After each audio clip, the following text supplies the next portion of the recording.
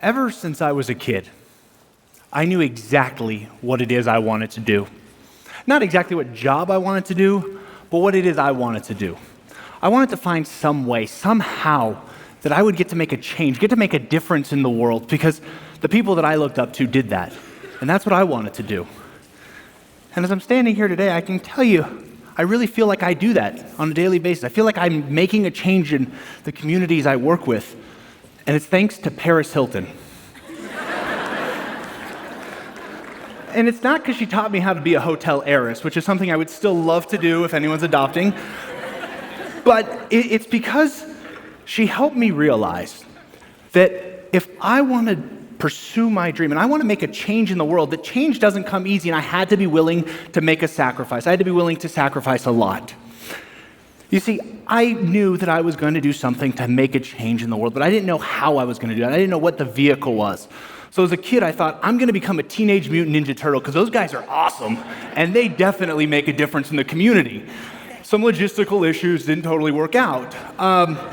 So I thought maybe I'll become a firefighter, an astronaut, a cop. I kept going through it, and then one day it hit me.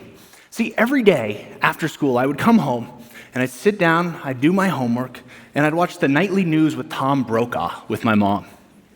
And for those of you who are too young to know who Tom Brokaw is, Tom was more than a news anchor, really. He really helped craft the conversation that we had at dinner tables around the country every single night. He gave a voice to the voiceless.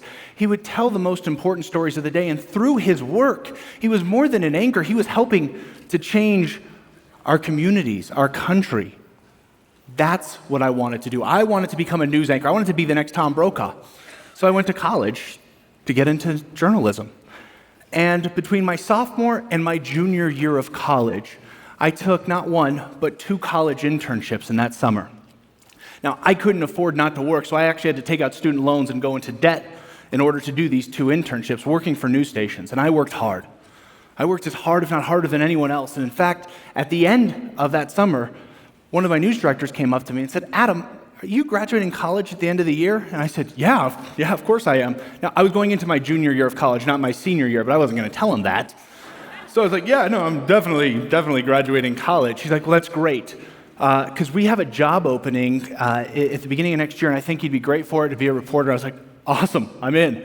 So I went back to school and took 2 years worth of classes in my last year of school just so I could graduate and get this job. And it worked out. I did. I got the job. It was awesome. I was 20 years old working for a network television station. From there, I got a job in Florida as a reporter and a news anchor. And then I got to come back to California.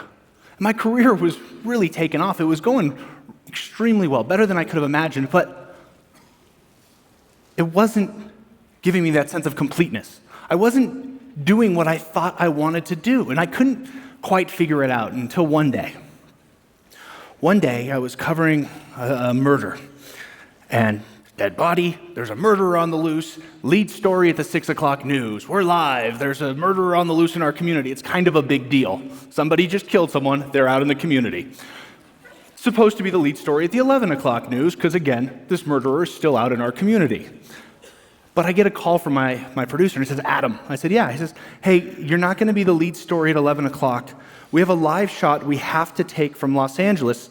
Paris Hilton is getting released early from jail for her DUI, and we got to go to LA. What? It hit me. Yeah, I was doing the job I wanted to do, but I wasn't doing what I wanted to do. I wasn't making the change in the world I wanted to make. And so at 23 years old, I gave up, for me, what was everything. I knew right then that I had to quit doing what I was doing if I wanted to make a change. So I went in, I put in my notice, I moved back in with my mom, and I regrouped. And I said, I still want to tell the right stories. I still want to do something to make a difference. So I came up with an idea for a documentary film. And I actually was able to get major corporate sponsorship to do it. And for 6 weeks, I traveled the country with a cameraman. We didn't have a map. We just were traveling. And what we wanted to do was find a real American story. See, in 2007, much like in 2017, we were being told by the media on how divided this country was, the left and the right. but we weren't being told were the stories not about what divided us, but what united us. And I wanted to tell that story. And so traveled the whole country. And I spoke to everyone from a mom who worked at Walmart in Twin Falls, Idaho, to Kurt Schilling, who was a starting pitcher for the Boston Red Sox. I spoke to people of every different race, ethnicity, political background, because what I could find was that there was a story that actually united us, not divided us, and that's what I wanted to do. And it was there, the first time, that I started to feel like I am making my difference. I'm heading down my pathway. After I did the film, I started my own company doing some video and tech work. And while that doesn't seem like it helped me down my pathway, it ended up being a perfect transition down the pathway because it gave me an entrepreneurial experience. And this entrepreneurial experience worked out really well for me in what I did next. What I did next was move to Las Vegas during the middle of the recession, which is a great idea and everyone should do it. But moved to Las Vegas and started working for the Las Vegas Chamber of Commerce. And I actually got to create a brand new job there. It was called the Director of Entrepreneurship. Because in the middle of the recession, Las Vegas, like Reno, like Nevada, like much of the country, was looking for ways to diversify, looking for ways to grow. And there was a vision that we could work and help incubate startups and help bring together people and change our community. What a perfect job. And the timing couldn't have been better. Because right after I started, Tony Hsieh had just announced his $350 million investment into downtown Las Vegas to invest into startups, to invest into the community. And across town, there was this other guy named Rob Roy.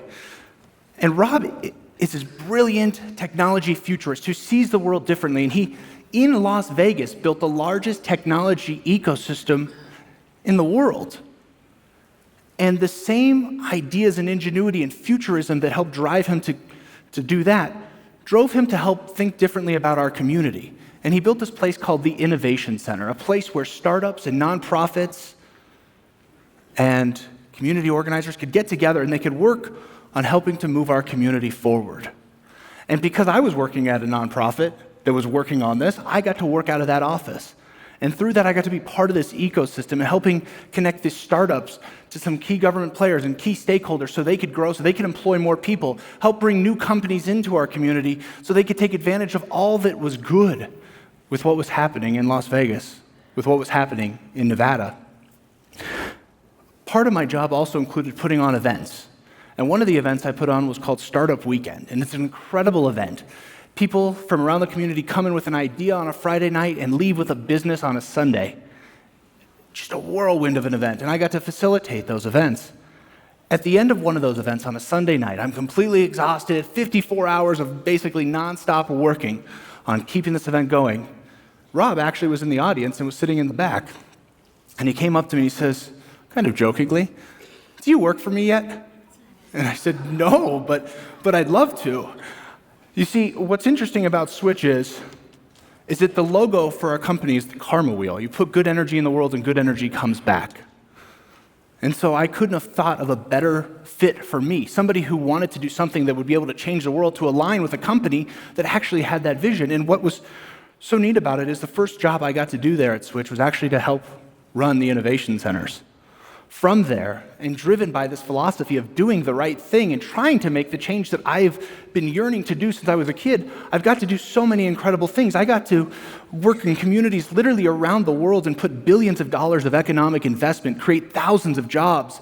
I've got to work on sustainability initiatives that are now being recognized globally. In fact, just this year, Greenpeace rated internet companies from around the world on their sustainability initiatives. And you know the only company in the world to get all A's and 100%? Switch. And I get, thank you.